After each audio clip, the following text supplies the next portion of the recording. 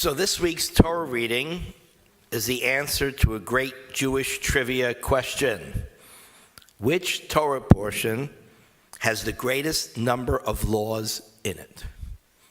And the answer is Ki Tetzei. In fact, most of this fifth book of the Torah, Deuteronomy, is actually a book of laws. It anticipates the entry of the people of Israel into the land of Israel, right? Moses is standing on the wrong side of the Jordan River, right? And he's not allowed to enter, and the people are there, and the next thing, Joshua is going to lead them into the land of Israel after Moses dies. So it's anticipating when you get to the land of Israel, what kind of society are you going to establish? You need laws, regulations. The people have to establish communities, judicial systems, family structure, how to do business, and so on. All these things will require rules, and rules need laws, and laws need enforcement.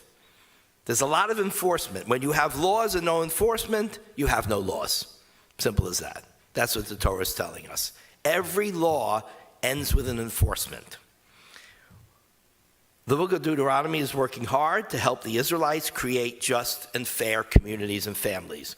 Now, another reality of living in your own land, with your own government and your own borders, is that some outside sources will not want you to be where you are. The Torah is extremely realistic. You're going to enter the land of Israel. You're returning home, right? Abraham, Isaac, and Jacob were all in the land of Israel. You're going home. And then it says, Ki tetzei l'milchama, guaranteed there'll be a war. They don't want you there, and after you're there, they want what you have and they want you out. So we have to talk about it isn't idealistic. You're going to go and you're going to live in peace, and you'll be friends with your neighbors, and the answer is, you'd like to do that, but they're not going to let you. That's why when you go out to war, it's going to happen. It's a warning to the people of Israel. You will have to go to war. You'll have to protect your borders, and you'll have to protect your people from enemy incursions. So the book of Deuteronomy, in this parsha, talks about the realities of warfare and the terrible dangers war poses, not just physically to one's existence, but to one's psyche. So it begins with the words, when you go out to war. Now in English, it's possible to understand you as being either plural or singular, right? English, you can say you, that means one person, or you can say you, and I could be referring to this entire assemblage. One person or entirely. But it doesn't work that way in Hebrew. And the Torah is written in Hebrew. In Hebrew, you is either singular or it's plural. That's it. There's no such thing as singular and plural. It's one or the other. You have to choose. Ki tetzei or ki tetzu. Ki tetzei cannot refer to plural.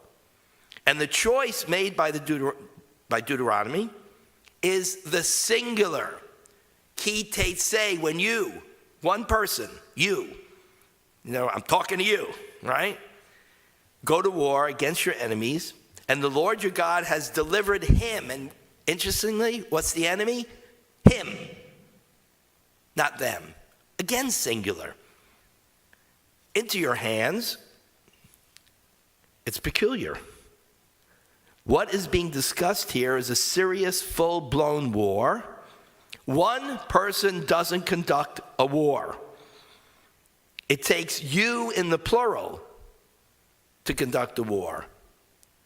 Throughout most of the Torah, the people are referred to in the plural, you and them. Daber el bnei Yisrael v'amarta alehem. Speak to the people of Israel, to them, not to you. So something is very strange about this verse, and the Torah expected us to notice it because they expect us to know Hebrew. At the beginning of the section, God refers to our enemies in the plural. But then the book mentions God delivering our enemies into our hands, and the reference to the enemies in the singular. So obviously it's not one soldier we were fighting. Entire armies we were fighting, and they sought our destruction. So it isn't by accident that these variations between the plural and the singular in the Hebrew appear in the verses. The Torah is very careful, and the editor of the Torah knows Hebrew. He knows grammar. One explanation is that the Torah is trying to teach us something very fundamental about the proper relationship amongst Jews. In our history, we've often faced implacable enemies bent on our destruction. We've only been successful fighting those enemies when we were united, when we act as one, a unified nation. In fact, remember, the rabbis attributed the disastrous defeat in the hands of the Romans, which resulted in the destruction of the temple and a 2,000-year exile. What caused it? Baseless hatred among Jews. In other words, you weren't one nation. You weren't unified. You were at war with each other. It weakened you, and you lost the war. So when you go out to war, you go out as one, unified, or you're going to lose. That's the Torah's warning. Our inability to work with each other, in the opinion of those rabbis, was the real source of the destruction of the Second Temple and the exile. There's a wonderful story about the benefits of unity and the power we have when we are united behind a common goal. An aristocrat is traveling through Europe in a coach with a team of 6 beautiful horses pulling him, the best horses in Europe. Then his coach got stuck in the ditch. As hard as he tried, he could not get the coach out of the ditch. He drove his horses in every direction. He whipped them to get them moving, all to no avail. As he was doing this, a small wagon came along, pulled by a pair of not the best horses in Europe. They looked a little bit past their prime. "Excuse me, sir," said the old Jew in the wagon, "but if you'd like, I could hook up my horses to your wagon, and they will pull it out for you."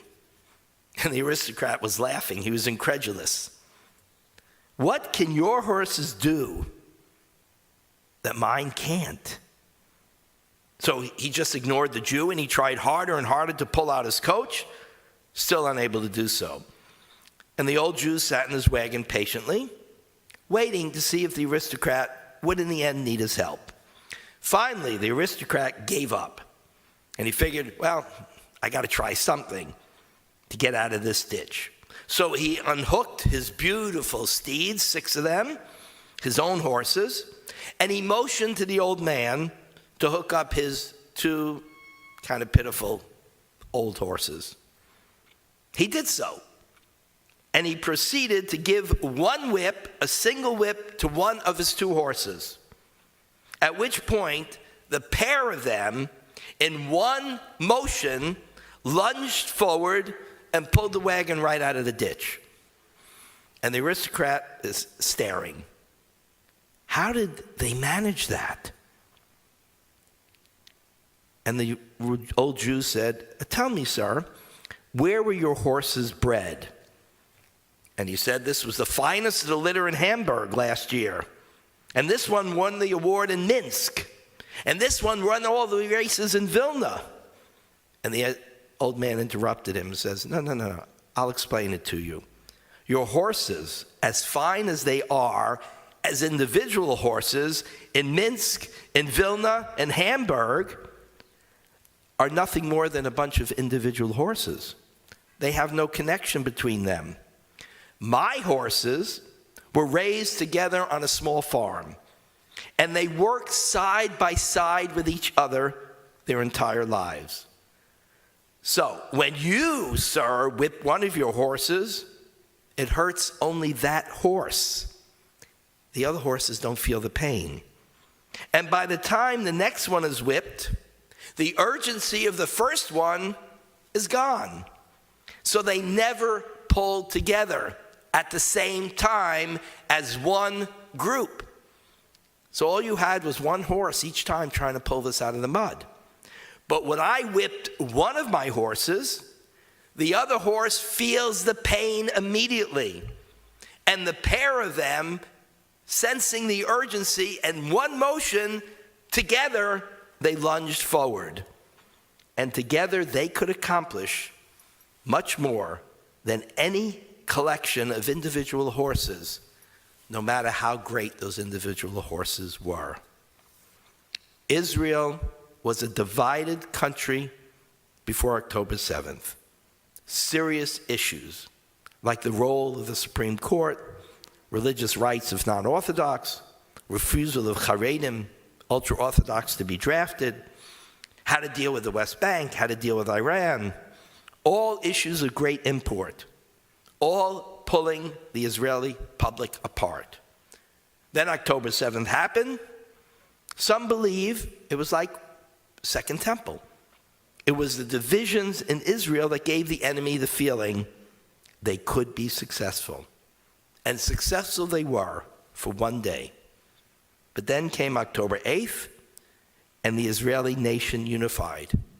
Everybody felt the pain, whether they were in Beersheba, Tel Aviv, Ashkelon, Haifa, the Golan Heights, as if we had all been whipped at the same moment, and the entire nation lunged forward to push the enemy back. They rose to the crisis. Many in Israel questioned the commitment and determination of the new generation. Thankfully, no one questions them anymore. Their heroism, their determination is no longer questionable. This happened because, like the horses in our story, they felt each other's pain. They understood each other, and they all experienced growing up on the same little farm called the State of Israel. Israel became immediately one nation, one people, one army, and the results have been remarkable. Hezbollah, Hamas, Iran, and now the Houthi leadership decimated. Hezbollah, Hamas, and Iran's military destroyed. The entire Syrian military structure was wiped out in 2 days. That's what the Torah is telling us. When we are attacked, we become one. And that's why the Torah uses a singular. Yes, you are an army. An army goes out to war, but it must go out as one, not a bunch of individual soldiers. Laurie and I were watching this mini-series called Rome. Maybe old, I don't know, we're always behind on those things.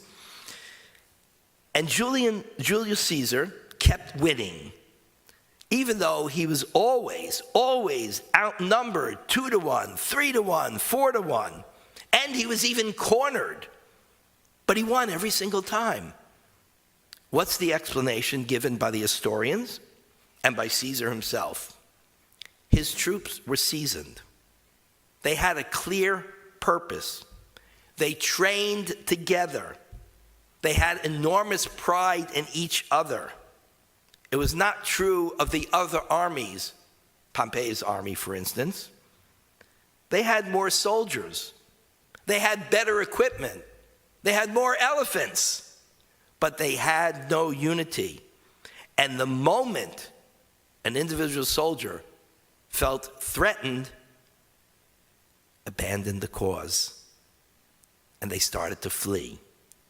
They were routed by Julius Caesar's seasoned, unified, determined troops every single time. Now remember, the enemy is at first mentioned in the plural, but then when it talks about the enemy falling to the Israelite forces, the Torah switches to the singular. Obviously, the enemy wasn't one. It was usually not even one nation, not even one army. They always joined together against us.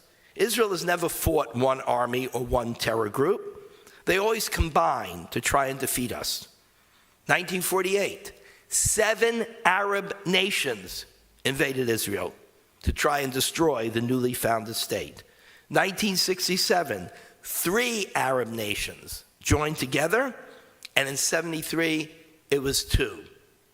the two most powerful Arab nations at that period of time, Egypt and Syria. Even when Israel fought Lebanon, she was dealing with Iran as a supplier and funder, and with multiple terror groups which united to try and infiltrate through the northern border to commit acts of terror against Israel. In this way, now Israel has fought Hamas, Hezbollah in this war, Hamas, Hezbollah, Islamic Jihad, Iran, and the Houthis in Yemen. There's never one enemy. So why does the Torah revert to the singular? And there are many different reasons that I studied and learned. One was that they were many nations, yes, but they had one purpose, one desire: kill Jews and destroy Israel. On that, they were completely united. So they may have come from different countries and different terror groups. It didn't matter. They were one in their purpose and their goal. So the Torah says you better be one when you confront them. But just the other day, another interpretation struck me. In this last week, certain terrorists who had participated in October 7th, and people say, how do we know who participated? You know, you're not supposed to give testimony against yourself. They all posted on social media what they were doing. They were so proud of it. Israel doesn't even need intelligence to find out who was there. It's on the internet. They send videos home from their phones. So when they were captured or killed, we had their phones and we opened them. There it is. There it is. The evidence is there. They testified against themselves. Several terrorists who were identified, we knew who they were, who had murdered and raped and took hostages, were eliminated in the last week. Israel searched them out and brought justice to them. Every single one of them. Each and every terrorist must be brought to justice. They're one enemy. That's how they have to be seen. It isn't like, well, we defeated the army, leave the rest alone, we're done. No. It's very much like Munich. Israel sought out every single terrorist that did the Munich massacre at the Olympic Games and killed every single one of them. Every one of them is a threat, is an enemy. As much as possible, each and every one of them must be eliminated as justice for the horrendous crimes they committed. They were not soldiers fighting on October 7th. They were criminals, barbarians committing the most horrendous, violent, depraved, and vicious acts. We know what they did to babies. We know what they did to women. We know what they're doing to the hostages. Zachor asher Amalek lo tishkach. Remember what Amalek did. Do not forgive. Do not forget. Israel does not forget. Each one is to be treated as the enemy, and the enemy must be defeated.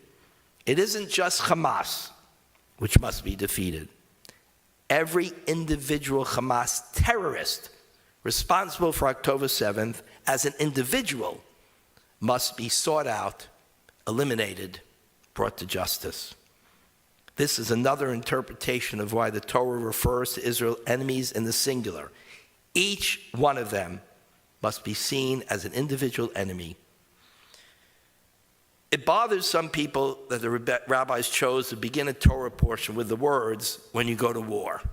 I mean, that's pretty harsh. Let's start this week's Torah lesson with when you go to war. That's because the Torah is about the real world. How to make it better, yes. But it's not unrealistic. It believes in a future of peace, but it sees it in the future. It's not in the present. Peace doesn't come until the present enemy is eliminated.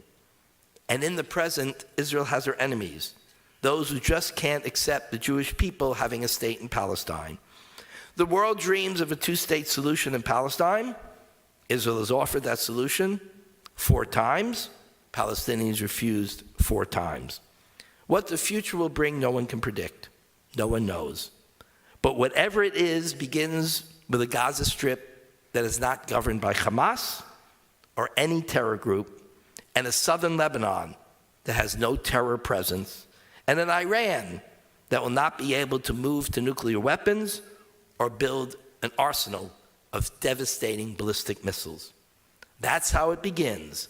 One enemy at a time, neutralized, then a future can be molded that can bring peace and prosperity to the people of Gaza, southern Lebanon, and even the Iranian people. But not until every one of the terrorists is eliminated or removed from the power structures of those countries.